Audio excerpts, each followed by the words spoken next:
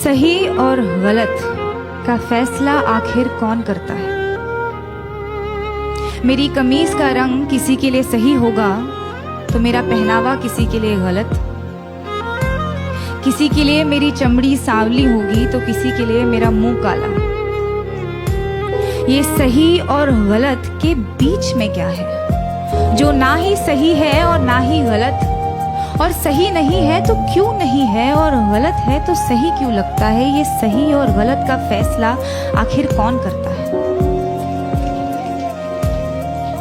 किसी को ख्यालों में बसाना सही है क्या अगर बाहों में कोई और हो, और जो बाहों में है वो सही नहीं तो जो ख्यालों में है वो गलत कैसे? अगर आपका दिल किसी को बार बार पुकारे जिसे पुकारना नापाक हो तो क्या ये गलत होगा कि वो सामने आ जाए तो उसे अनदेखा करना नागवार हो?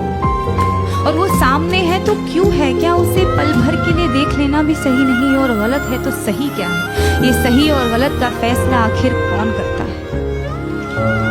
अगर चोरी करने की सजा मिलती है तो दिल दुखाने की सजा भी तो मिलनी चाहिए। अगर अदालतों में घर तोड़ने की सुनवाई की जाती है तो घर तबाह करने की सजा भी तो मिलनी चाहिए। अगर अपने जेबों को पैसों से भरना गलत है तो किसी एक इंसान को देवता जैसे पूजना सही है क्या? अगर सियासत के नाम पर जंग करवाना सही है तो देश बेचने वालों को गलत कहना गलत क्यों? और अगर धर्म के नाम पर बंटवारा करवाना सही है तो आजादी के नाम पर नारे लगाना गलत क्यों? किसी एक इंसान से दिल खोल कर प्यार करना सही है तो जब वो किसी और से करता है तो मुझे सही क्यों नहीं लगता? और वो सही है तो मैं गलत क्यों? ये सही और गलत के बीच में कुछ होता भी है क्या?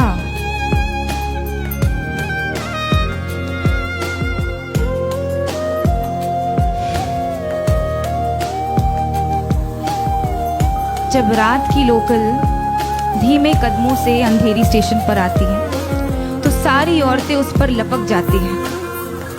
एक ही डिब्बा नसीब होता है औरतों को 11 बजे के बाद।